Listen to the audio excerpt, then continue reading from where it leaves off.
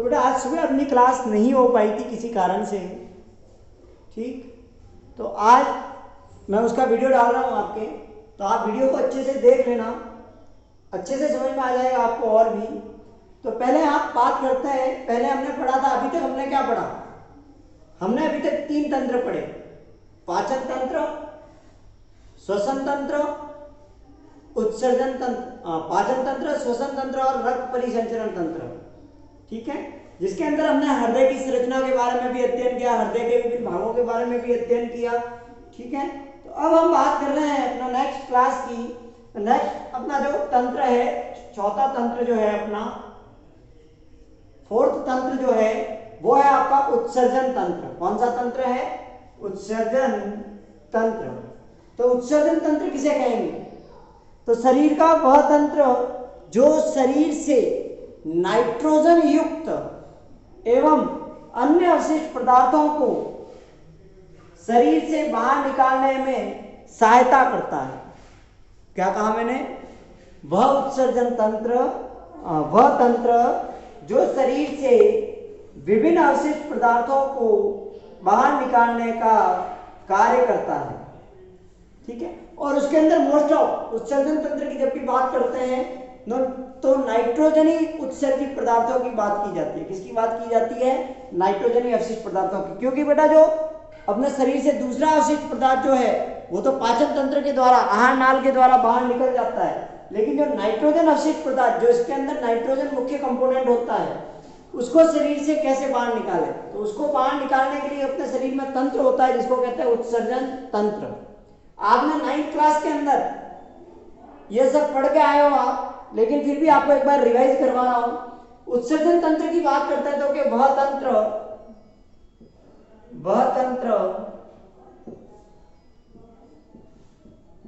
जिसके द्वारा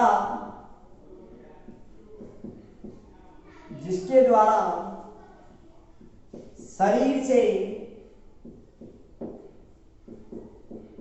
नाइट्रोजनी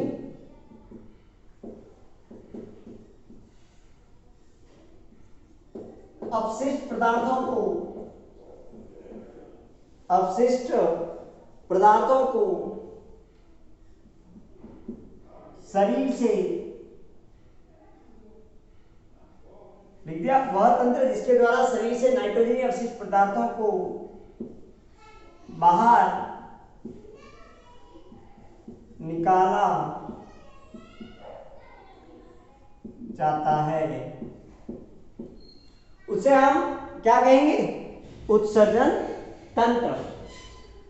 नाइट्रोजनी अवशिष्ट पदार्थ, देखो बेटा यहाँ पे नाइट्रोजनी अवशिष्ट पदार्थ मतलब यहाँ पर यूरिन की बात करें, जो अपन मूत्र चाटते हैं, वो तंत्र है आपका ये, ठीक है ना। अगर शॉर्ट में कहूं तो क्या शरीर से मूत्र को बाहर निकालने के लिए ब्लड से जो आपका यूरिया है उसको अलग करने की जो प्रोसेस है वो आपके इस तंत्र के अंदर संपन्न होती है, ठीक। उत्सर्जन शरीर की वह व्यवस्था है जिसके द्वारा कोशिकाओं द्वारा उत्पन्न अवशिष्ट पदार्थ को शरीर से बाहर निकाला जाता है। कोई भी प्राणी उपापचयी क्रियाओं के द्वारा अवशिष्ट पदार्थ बनाता है। तो अवशिष्ट पदार्थ क्या क्या हो सकता है? अवशिष्ट पदार्थ क्या क्या हो सकते हैं? तो पहला होता है अमोनिया। अब अमोनिया आप जानते हैं, अमोनिया पर उसके अंदर नाइट्रोजन होती है NH4। उसके बाद यूरिया, तो यूरिया में भी नाइट्रोजन से ही बना घटक है। और तीसरा होता है यूरिक अम्ल, यूरिक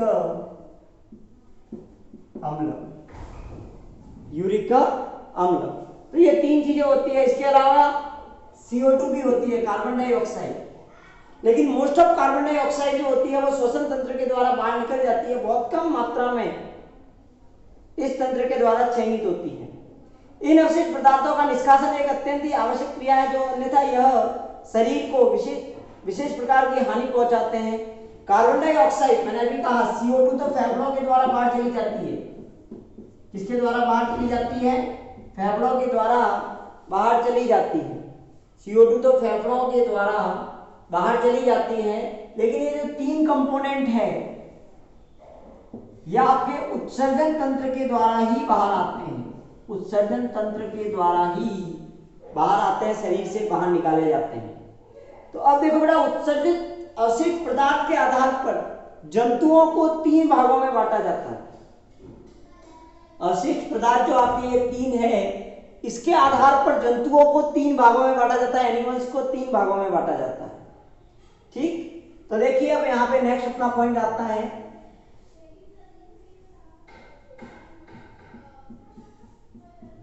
अवशिष्ट पदार्थों के आधार पर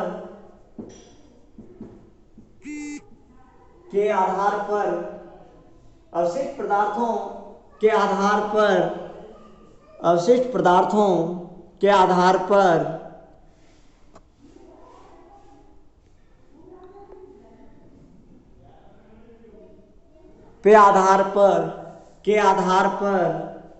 अवशिष्ट पदार्थ के आधार पर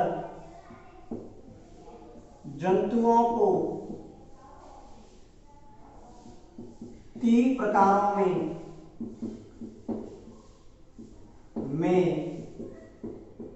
बांटा गया है। पहले होते हैं जो अमोनिया का उत्सर्जन करते हैं, तो उनको अमोनियोटैलिक कहा जाता है। क्या कहा जाता है? अमोनियोटैलिक।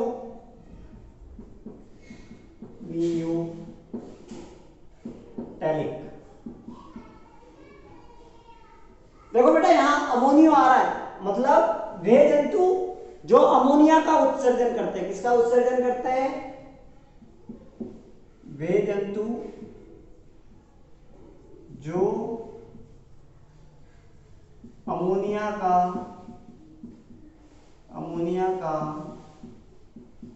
उत्सर्जन करते हैं। किसका उत्सर्जन करते हैं? अमोनिया का उत्सर्जन करते हैं। ठीक, तो कौन से होंगे? तो मोस्ट ऑफ बेटा ये जो होते हैं वो जलीय जंतु होते हैं। कौन से होते हैं? जलीय जंतु। उदाहरण की बात करूं इसका, तो इसके अंदर जैसे कि अस्थिल मछलियां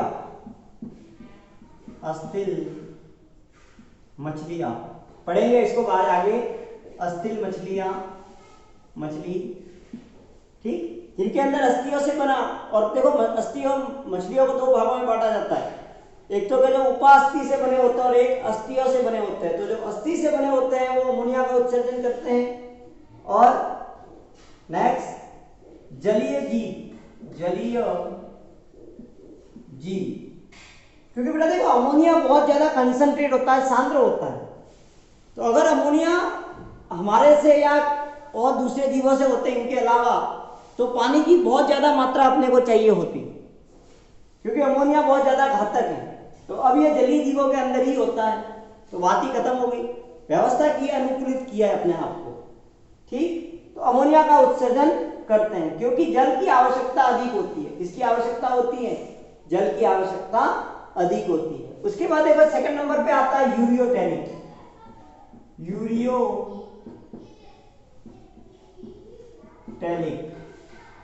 सेकंड नंबर पे कौन आता है?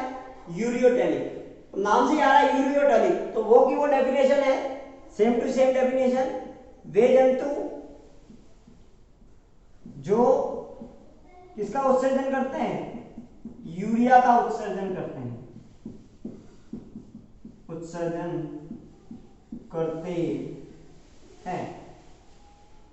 ठीक, अब जो यूरिया होता है उसको कम जल की आवश्यकता होती है अमोनिया की तुलना में, तो इसके द्वारा आसानी से आप ये हो सकता है। तो इसके उदाहरण देखो कौन कौन है।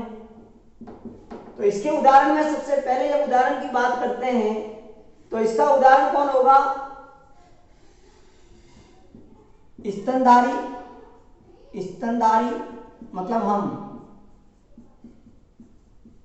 ठीक है, स्तनधारी मतलब मैमेलिया, जिनके अंदर स्तन ग्रंथियां पाई जाती है वो सारे स्तनधारी के अंदर आते हैं। सेकंड वन जो होते हैं वो कौन होंगे? दूसरे नंबर पर कौन आएगा? तो क्या वे जंतु, पहले हमने क्या बात कर ली? अस्थिल मछलियां। तो यहां कौन सी मछली आएगी आपकी? कौन सी मछली आएगी? समुद्री मछलियां। कौन सी आएगी? समुद्री मछलियां, मतलब अपन कह सकते हैं जो समुद्रों में पाई जाती है, समुद्री मछलियां। और इसके अंदर उपास्थि मछलियां भी सम्मिलित होती है। इसके अंदर मोस्ट ऑफ उपास्थि मछलियां होती है। ठीक, तो ये जो होता है बेटा वो आपके ये दो जो जीव होते हैं इसके अंदर हम भी शामिल है, स्तनधारी के अंदर हम भी शामिल है, मानव भी इसके अंदर शामिल होता है। थर्ड वन जो तीसरे नंबर पर आते हैं वो कहलाता है यूरिकोटेलिक। नाम में आ रहा है यूरिकोटेलिक। यूरिको मतलब जो यूरिक अम्ल का उत्सर्जन करते हैं, वे जंतु जो यूरिक अम्ल का उत्सर्जन करते हैं। अब पीछे इनके अलावा जितने भी जंतु याद आते हैं वो सारे डाल दो इसके अंदर। तो इसके अंदर देखो स्तनधारी चला गया, कशेरुकी में से स्तनधारी को निकाल दो जो सबसे लास्ट आता है। तो जितने भी पक्षी हैं वो इसके अंदर आएंगे। उसके बाद जितने भी जल के अंदर रहने वाले जो उभयचर हैं वो इसके अंदर आएंगे। ठीक, पक्षी आ गए इसके अंदर, उभयचर आ गए, ठीक है, उभयचर आ गए, पक्षी आ गए, रेप्टिलिया के सदस्य इसके अंदर आएंगे आपके। ठीक, तो ये सारे इसके अंदर आएंगे और भी कुछ जंतु इसके अंदर आएंगे। जैसे कि मैं एग्जांपल आपको करवा देता हूं, पक्षी, जितने भी पक्षी जो है वो इसके अंदर आएंगे। पक्षी जितने भी है वो आपके इसके अंदर आएंगे। सेकंड नंबर पे कौन आएगा आपके? दूसरे नंबर पर सरीसर, मतलब आप कह सकते हो सर, मतलब अपन इसको कहते हो रेप्टिलिया।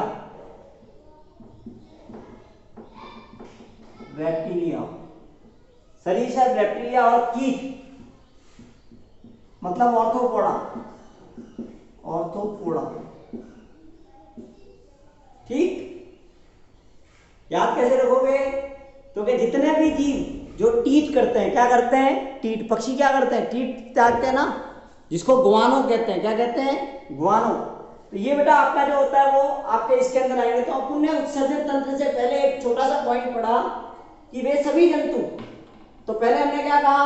वह तंत्र जिसके द्वारा शरीर से अवशिष्ट पदार्थों को बाहर निकाला जाता है, उस तंत्र को हमने क्या कहा? उत्सर्जन तंत्र। तो यहां नाम आता है बेटा अवशिष्ट। क्या आता है? अवशिष्ट। और वो भी कौन से? नाइट्रोजनी अवशिष्ट, जिसके अंदर नाइट्रोजन पाया जाता है। तो वो अवशिष्ट कौन कौन हो सकते हैं? अमोनिया हो सकता है, यूरिया हो सकता है और यूरिक अम्ल हो सकता है। ठीक, यहां तक हमने बात की। उसके बाद देखिए हमने क्या बात की? उत्सर्जन तंत्र है, ये सारे आपके उत्सर्जन तंत्र से बाहर निकलते हैं। जो CO2 होती है वो फेफड़ों के द्वारा बाहर निकलती है। ये फेफड़ों के द्वारा बाहर निकलती है। उसके बाद देखो अवशिष्ट पदार्थ के आधार पर जंतुओं को 3 प्रकारों में बांटा गया है, 3 भागों में बांटा गया है। पहले होते हैं अमोनियोटेलिक, तो कि वे जंतु जो किसका उत्सर्जन करते हैं? अमोनिया का उत्सर्जन करते हैं। किसका उत्सर्जन करते हैं? अमोनिया का उत्सर्जन करते हैं, उन्हें अमोनियोटेलिक कहा जाता है। उदाहरण देख लीजिए, अस्थिल मछलियां और जलीय जीव, जो जल के अंदर रहने वाले जो दूसरे जीव हैं। उसके बाद देखिए यूरियोटेलिक। तो इसमें देखो बेटा एक लाइन और आ सकती है, आप लिख सकते हो कि अमोनिया को अवगठित करने के लिए, उसकी सांद्रता को कम करने के लिए जल की ज्यादा आवश्यकता होती है। एक लाइन और ऐड कर सकते हो इसमें। सेकंड नंबर में इसमें जल की कम आवश्यकता होती है, और थर्ड वन जो होता है उनमें और भी कम आवश्यकता होती है। तो ये चीज आप इसमें ऐड कर सकते हो। तो नेक्स्ट वन देखिए, अब यहां तक हमने बात कर ली। अब उसके आगे हम बात कर रहे हैं तो मानव के अंदर, अब हमने उत्सर्जन की बात कर ली, अवशोषण हमने कह दिया कि मानव के अंदर, मानव यूरियोटेलिक है। कैसा जीव है? यूरियोटेलिक है मानव। मतलब ये यूरिया का उत्सर्जन करता है। किसका उत्सर्जन करता है? हम सभी यूरिया का उत्सर्जन करते हैं। तो यहां तक हमने बात कर ली। अब हम बात करते हैं मानव का जो तंत्र जो बना है, मानव में जो उत्सर्जन तंत्र होता है उसकी बात करते हैं।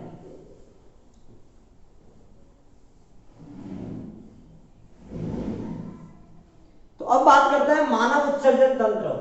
मानव उत्सर्जन तंत्र, मानव उत्सर्जन तंत्र। अभी तक हमने बात कर ली उत्सर्जन तंत्र की, और सभी जितने भी जंतु हैं उन सब के बारे में हमने बात कर ली। अब बात करते हैं मानव के अंदर, अपने अंदर किस प्रकार से उत्सर्जन की प्रक्रिया होती है, उसके लिए कौन सा तंत्र बना, उसके अंदर कौन कौन से अपने शरीर के विभिन्न अंग जुड़े हुए हैं।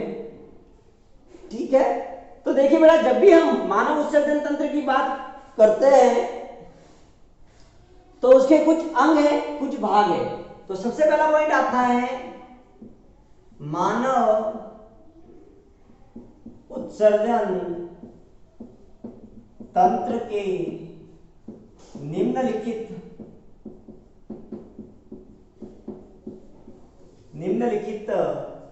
तीन मानव उत्सर्जन तंत्र के निम्नलिखित तीन भाग होते हैं,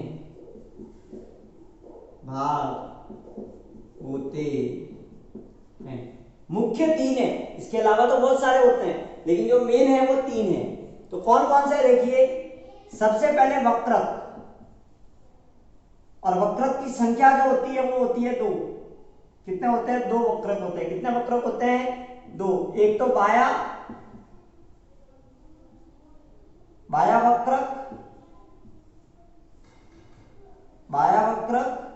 और एक होता है वह दाया वक्रक, बाया और दाया वक्रक, जिसको हम किडनी कहते हैं। नॉर्मल लैंग्वेज में अपनी भाषा में इसको क्या कहते हैं? Kidney, kidney. तो किडनीज कहेंगे क्योंकि नंबर 2 है तो इसको कहेंगे किडनी। तो पहला घटक जो होता है वो होता है किडनी।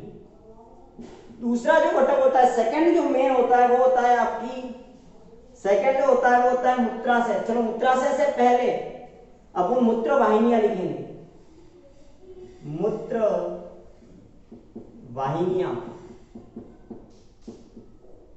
ठीक है, प्रत्येक वक्रक से एक एक निकलती है, प्रत्येक वक्रक से एक एक। कितनी कितनी संख्या होती है? प्रत्येक वक्रक से कितनी कितनी होती है? एक एक। डायग्राम बनाऊंगा अभी। थर्ड वन होता है वो होता है मूत्राशय। ठीक, और वो अंतिम होता है जिसके अंदर जो यूरिया जो बनता है उसका संग्रहण, यूरिया का संग्रहण होता है। क्या होता है? यूरिया का संग्रहण होता है। ये तीन भाग होते हैं और अंत के अंदर चौथा भाग अगर निकालूं मैं तो वो होता है उत्सर्जन तंत्र। क्या हो जाएगा? उत्सर्जन का लास्ट पॉइंट क्या हो जाएगा? मूत्र मार्ग, चौथा। लेकिन वो मूत्राशय से जुड़ा होता है तो उसको कई बार नहीं बताते, लेकिन अगर लिखें तो मूत्र मार्ग। ठीक, लास्ट में होता है मूत्र मार्ग, जिससे मूत्र को शरीर से बाहर निकाला जाता है। यूरिया का निष्कासन, ठीक है, यूरिया का निष्कासन किया जाता है, जिसको त्यागा जाता है। क्या ये लिख सकते हो? निष्कासन ना लिखो तो उत्सर्जन लिखो, यूरिया का उत्सर्जन। ठीक, तीन बच्चों मैंने यहाँ तीन ही लिखे हैं, लेकिन चौथा होता है वो मूत्राशय से जुड़ा होता है, इसलिए उसको भाग नहीं मानते, लेकिन फिर भी कई बार इसको एक भाग मान लिया जाता है, तो टोटल 4 हो जाता है। चलिए 4 ही लिख देता हूं। चलो, आप अपना ये कंफ्यूजन होना ही नहीं चाहिए। 4 भाग होते हैं। कितने होते हैं? 4 भाग होते हैं। ठीक, तो टोटल 4 भाग हैं। और देखो क्या होते हैं 4 भाग, उनकी आउटर संरचना देख लो। ठीक है, फिर बाद में अपन इनर संरचना देखेंगे उसकी। तो सबसे पहले तो आप क्या बनाओगे?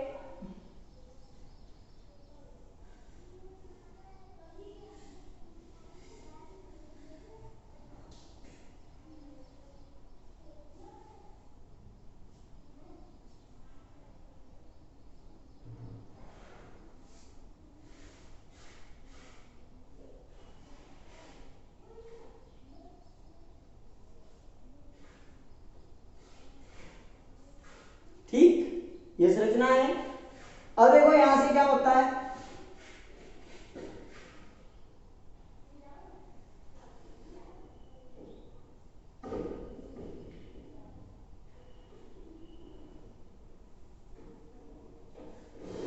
ठीक, ये हो गई।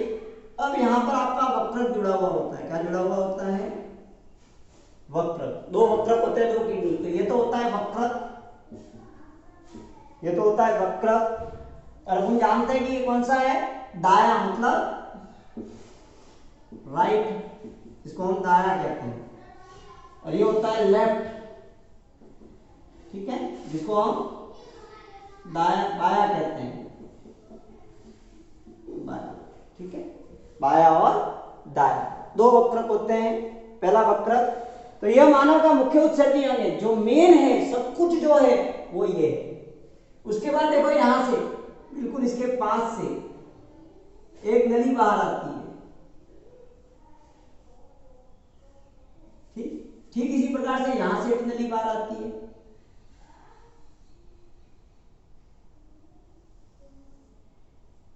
और यहां पर एक बड़ी थैली संरचना होती है,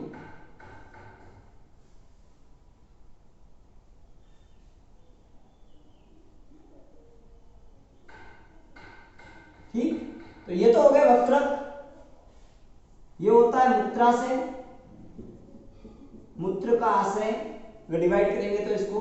और ये होती है मूत्र को लाने वाली नलिका है, तो मूत्र नलिका है,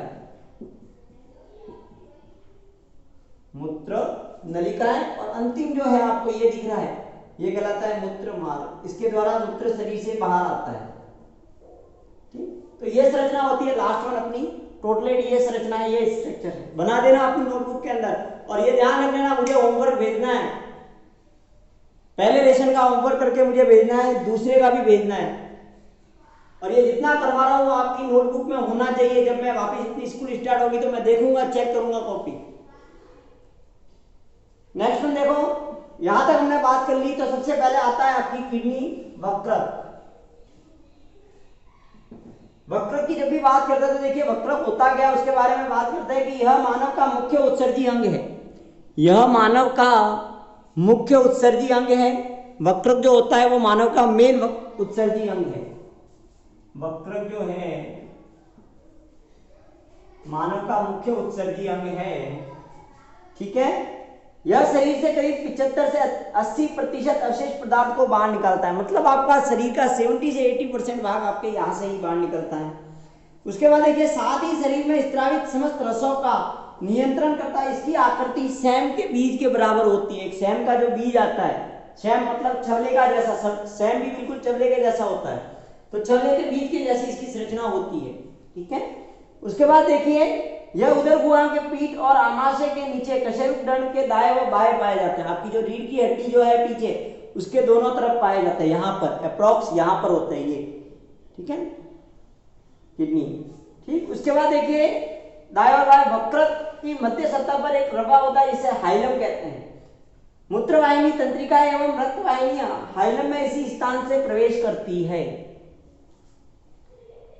हाइलम के भीतरी भाग में तो ये वाला जो भाग है आपका, ये वाला भाग, इसको कहते हैं हाइलम,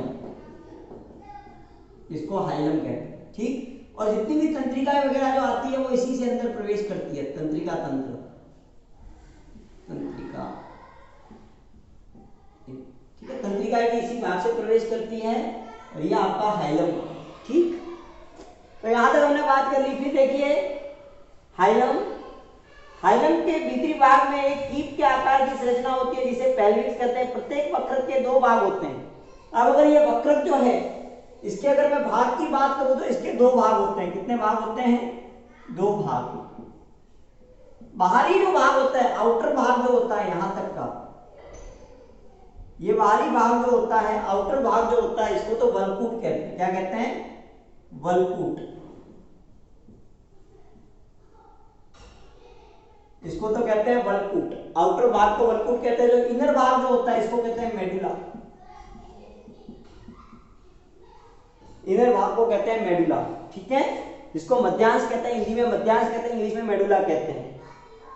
वक्रक, और प्रत्येक वक्रक कई लाख उत्सर्जन इकाइयों से मिलकर बना होता है। वक्रक जो होता है उसकी क्रियात्मक एवं संरचनात्मक इकाई, वक्रक जो है कई लाख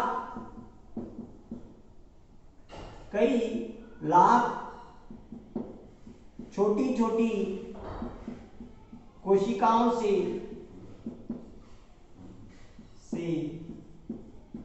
मिलकर मिलकर बना होता है, ठीक है, जिसकी जो इकाई है जिन्हें नेफ्रॉन्स कहते हैं। क्या कहते हैं? नेफ्रॉन। इसको अपन कहेंगे तो वक्रकाणु। डिवाइड करो इसको तो क्या लिखोगे?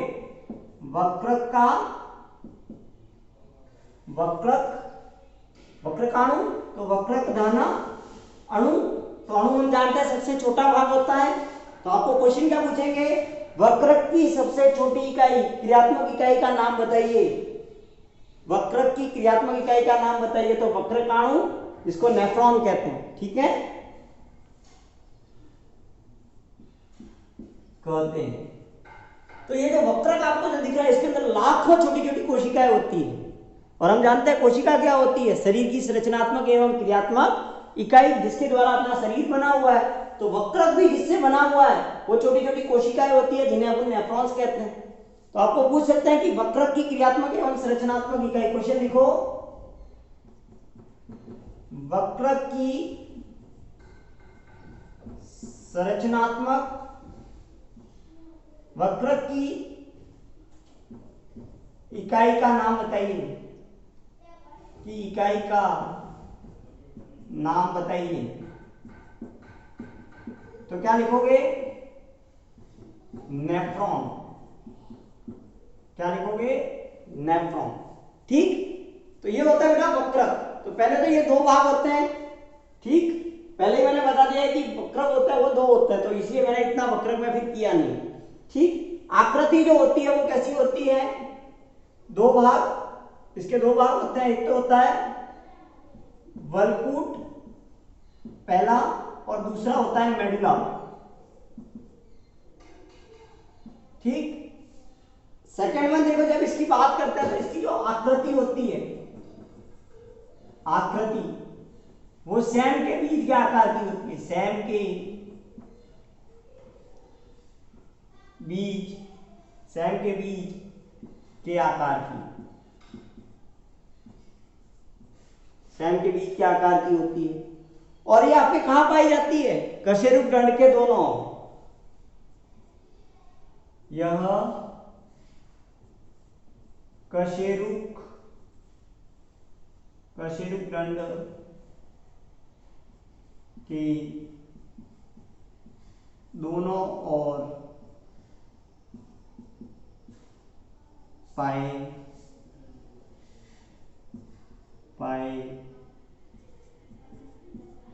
जाते हैं, ठीक है। अब वो दाएं बाएं तो अपन जानते हैं, कशेरुक दंड दाएं में है तो दाया, बाएं में है तो बाया। तो ये होता है बेटा इसकी टोटल संरचना, ठीक। आइलम किसे कहेंगे? तो ये टोटली आप इसको समझ लीजिए अच्छे से, ठीक। कल हम पढ़ेंगे बेटा बोमेन संपुट, इसका जो सेकंड भाग जो होता है। अब देखो बेटा, इसके हमने बात कर ली तो मेडुला जो होता है, नेफ्रॉन्स के दो भाग होते हैं। अपन अभी ये जो नेफ्रॉन्स कहा है कि जो कोशिका हमने कही है, उस कोशिका के दो भाग होते हैं। कितने भाग होते हैं? दो। तो चलो मैं थोड़ा यहाँ कर देता हूं आपके, थोड़ा समझ में आ जाएगा। उत्सर्जन अपन खत्म करते हैं यहाँ पे। तो अब हमने कहा कि नेफ्रॉन जो होती है वो सबसे छोटी इकाई होती है। नेफ्रॉन सबसे छोटी इकाई होती है, तो लेकिन नेफ्रॉन्स के भी दो भाग होते हैं। जो वक्रकाणु है, जिसे हम नेफ्रॉन्स कहते हैं, क्या कहते हैं? नेफ्रॉन, जिसको हम नेफ्रॉन कहते हैं। नेफ्रॉन ये भी है और नेफ्रॉन आप ये भी लिखते हो, ठीक है। नेफ्रॉन इस प्रकार से भी लिख सकते हो, नेफ्रॉन, इसको हटा दो, नेफ्रॉन, ठीक। नेफ्रॉन के दो भाग होते हैं। नेफ्रॉन के कितने भाग होते हैं? वक्रकाणु के दो भाग होते हैं। वक्रकाणु के दो भाग होते हैं। कितने भाग होते हैं? दो। पहला भाग कौन सा होता है? फर्स्ट। और दूसरा कौन सा होता है? पहला जो होता है उसको कहते हैं बोमेन संपुट। क्या कहते हैं? बोमेन संपुट। और दूसरा जो होता है आपके, वो कौन सा होता है? बोमेन संपुट। और दूसरा कौन सा होता है आपके? दूसरा कौन सा होता है? एक तो होता है बोमेन संपुट और दूसरा होता है वक्रक नलिका। वक्रक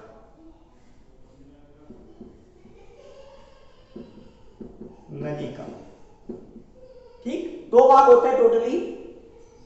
ठीक, तो इसकी संरचना की बात करूं तो थोड़ी संरचना भी आपको यहां बता देता हूं, इसको थोड़ा यहां से मिटाकर।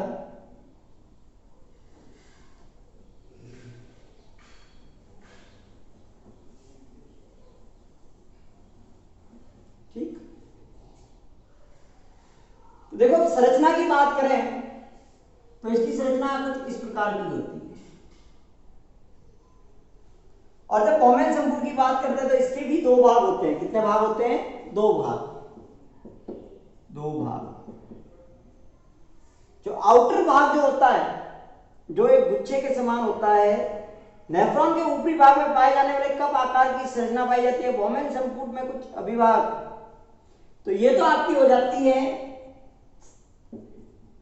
पॉमेल संपुट। क्या हो जाता है? संपुट का मतलब क्या होता है? कटोरेनुमा संरचना, प्यालेनुमा संरचना। ठीक है, और ये जो होता है आपका, अब देखो यहां से आपकी दो नलिकाएं आती है। ये जो नलिका होती है इसको कहते हैं अभिवाहक, अभिवाही, अभिवाही। इसको तो हम क्या कहेंगे? अभिवाही धमनी, अभिवाही धमनियां। और जो जाने वाली जो होती है उसको कहते हैं अपवाहक धमनी, अभिवाहक धमनी और अपवाहक धमनी। तो देखिए यहां पर दो होती है, एक तो होती है अभिवाहक और एक होती है अपवाहक। दो प्रकार की इसके अंदर पाई जाती है, अभिवाहक और अपवाहक, अपवाही सीरा। हम जानते हैं कि जो अपवाहक जो होती है, ठीक है,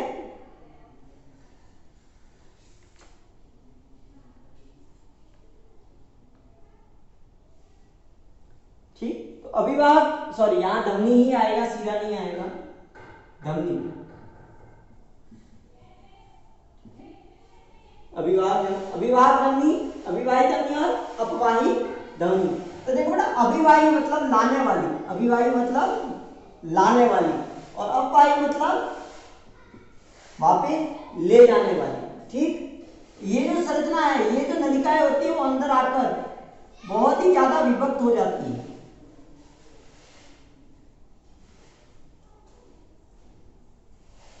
बहुत ज्यादा विभक्त हो जाती है, ठीक है, बहुत ज्यादा विभक्त हो जाती है, डिवाइडेड हो जाती है।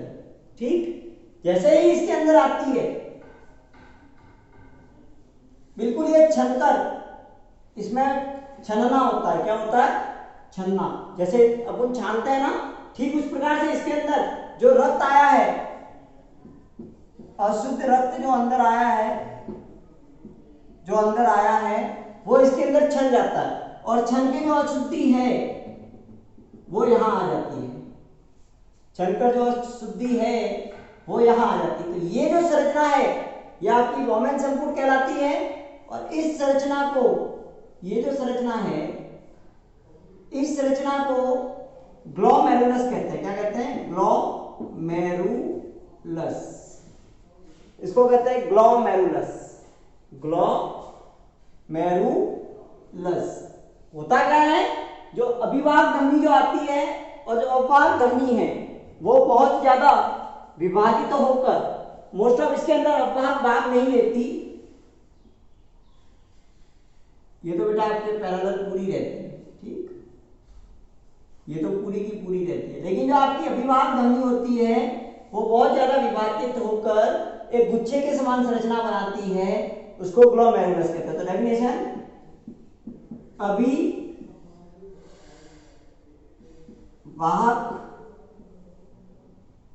वाहक धमनी बहुत अधिक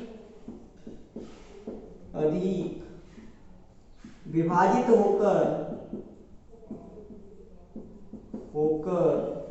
बहुत अधिक विभाजित होकर गुच्छे का निर्माण करती है। किसका निर्माण करती है? गुच्छे का निर्माण करती है, गुच्छे का निर्माण करती है, निर्माण करती है, जिसे जिसे ग्लोमेरुलस कहते हैं,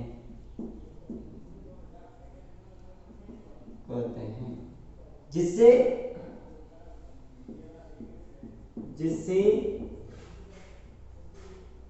रक्त में से अशुद्धियां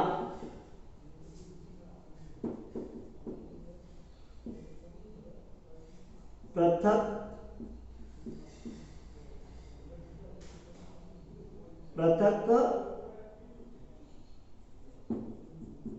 अलग होकर पेंदे में बैठ जाती है, पेंदे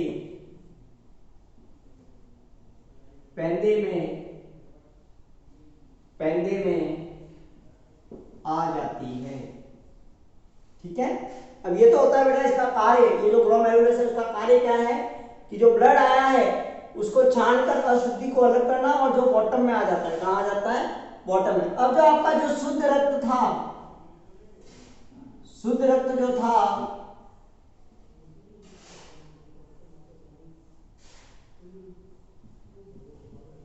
शुद्ध रक्त आपके वापिस शरीर में भेज दिया जाता है, और ये कौन करता है? अपवाही धमनी, अपवाही धमनी ये कार्य करती है। तो ये तो होता है बेटा ग्लोमेरुलस। बॉमेन सर्कुट की हमने बात करी, इसके दो भाग होते हैं और ये हमने बात कर ली। अब ये आगे जाकर एक लंबी नलिका में हो जाता है, जो इसके पास में होती है उसको समीपस्थ कुंडलित नलिका,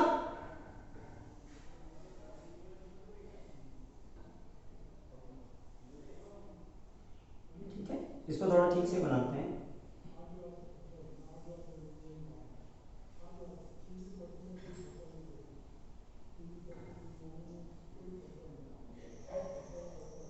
समीपस्थ कुंडलित नलिका, तो ये बेटा सीधी अब नीचे जाएगी।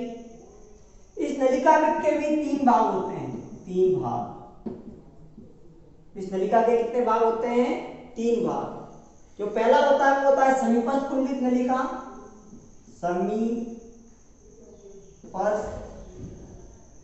समीपस्थ कुंडलित नलिका। ठीक है, ये जो होता है वो पिन नुमा संरचना बनाता है। क्या बनाता है? पिन नुमा संरचना। और इसको खोज करने वाले हेनले थे, इसलिए इसको कहते हैं हेनले का लूप, हेनले का लूप। लूप का मतलब होता है पिन, लूप का मतलब क्या होता है? पिन। ठीक, हेनले का लूप, ये पूरा हेनले लूप हो जाता है, यहां से लगा के ये पूरा हेनले लूप। अब यहां पर आकर और कुंडलित हो जाती है, और कुंडलित होकर अंतिम नलिका बना देती है आपकी। ठीक, तो ये होती है दूरस्थ कुंडलित